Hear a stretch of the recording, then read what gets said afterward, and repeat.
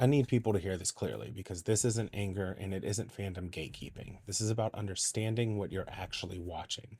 You cannot call yourself a fan of One Piece and then support Trump style authoritarian politics or defend what Israel is doing right now and still claim that you understood the story. You just can't, not honestly.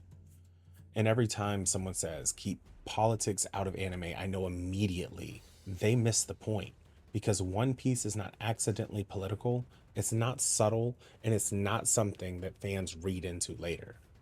Politics is the foundation of the world itself. From the very beginning, One Piece tells you about the world government, a centralized global authority that controls information, decides whose lives matter, rewrites history, and enforces its power through overwhelming violence while calling it order.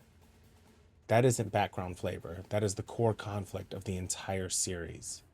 Then you learn about the Void Century, an entire civilization erased, not defeated, not conquered, erased. And then the knowledge of that erasure was outlawed. History itself became contraband. Archaeology became a crime. That is not fantasy logic. That is how real life oppression works. You destroy people, then you destroy memory, and then you criminalize anyone who tries to remember. Which brings us to 𝕖𝕕.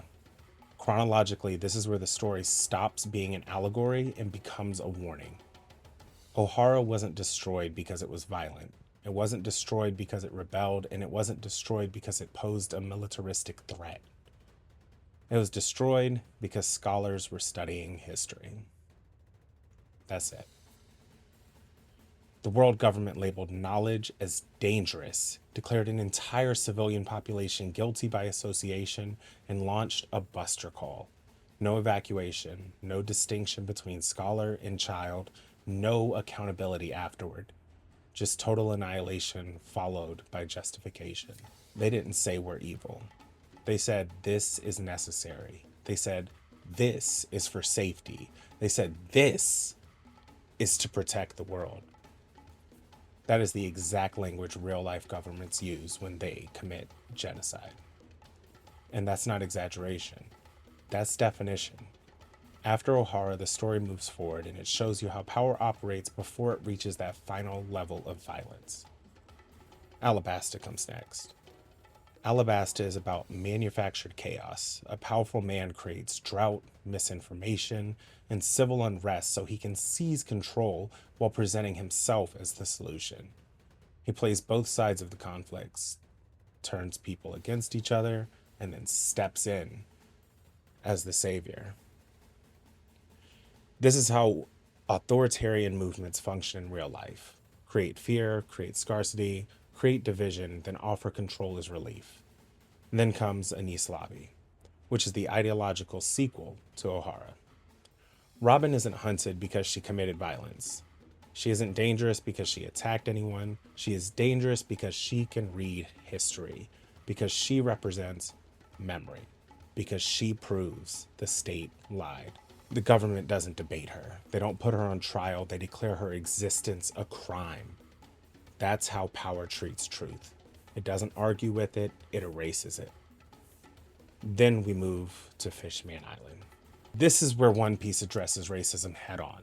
Generational trauma, state violence, propaganda, systems that grind people down until hatred becomes inherited. Hody Jones doesn't even have a personal reason for his violence. His hatred is taught, passed down, normalized. And the story makes it painfully clear that when systems never change, they produce monsters and then blame those monsters instead of themselves. After that's Dressrosa. And Dressrosa is just fascism with a smile. 𝕣𝕕𝕤 controls information, erases people from existence, weaponizes fear, and convinces the world that he's a benevolent ruler. Citizens cheer for him, while their neighbors literally disappear.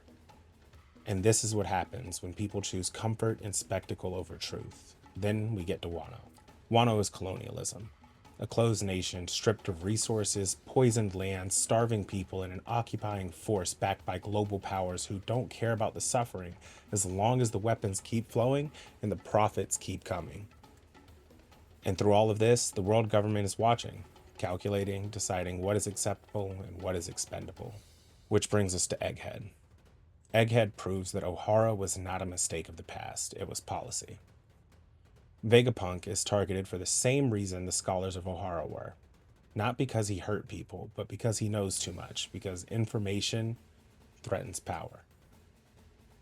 And again, the response isn't reform, it isn't restraint, and it isn't dialogue. It's total annihilation. Another Buster Call, same logic, same justification, same moral emptiness. Now step out of the anime for a second, because this is where the story is pointing you. What happened to 𝕤𝕕 is not fictional in concept, it's fictional in setting only. In Palestine, civilians are framed as threats to justify collective punishment. Entire neighborhoods are flattened. Hospitals are bombed, journalists are killed, aid is blocked, history is rewritten in real time, and anyone documenting it is dismissed, smeared, or erased. Security is used as a blank check for mass civilian suffering. That is 𝕤𝕕. In Sudan, especially in Darfur, ethnic groups are targeted, displaced, starved, and massacred. Militias backed by power structures destroy communities, deny intent, and move on while the world debates wording instead of action. That is a Buster Call without the name. In the Congo, millions have died over decades, not because the world didn't know, but because their suffering was profitable, resources extracted, violence normalized, civilian deaths treated as background noise. When destruction benefits powerful interest, accountability completely disappears. That is the world government deciding who is expendable. And here's the part that people really don't like admitting. The world government never thinks that it's the villain. It always says stability. It always says safety. It always says order. Just like real governments do when they erase villages, starve populations, or bomb civilians and call it unfortunate but necessary. Now look back to Luffy. Luffy does not respect authority when authority is unjust. He does not care if something is legal, if it is wrong. He does not wait for official confirmation, and he does not need a perfect victim. He punches kings, gods, nobles, and emperors the moment they abuse power. Every single time. So when someone says One Piece isn't political, what they're saying is they want rebellion as aesthetics, not responsibility. Freedom as branding, but not as practice. They want to cry for Robin, but look the way when real people beg the world to see them. You don't get to love One Piece and excuse genocide. You don't get to hate the world government and defend the real ones doing the same thing with better PR. And you don't get to call this too political when the story has been screaming the truth since 𝕤𝕕 burned. That discomfort you feel when fiction mirrors reality, that's not propaganda. That's recognition.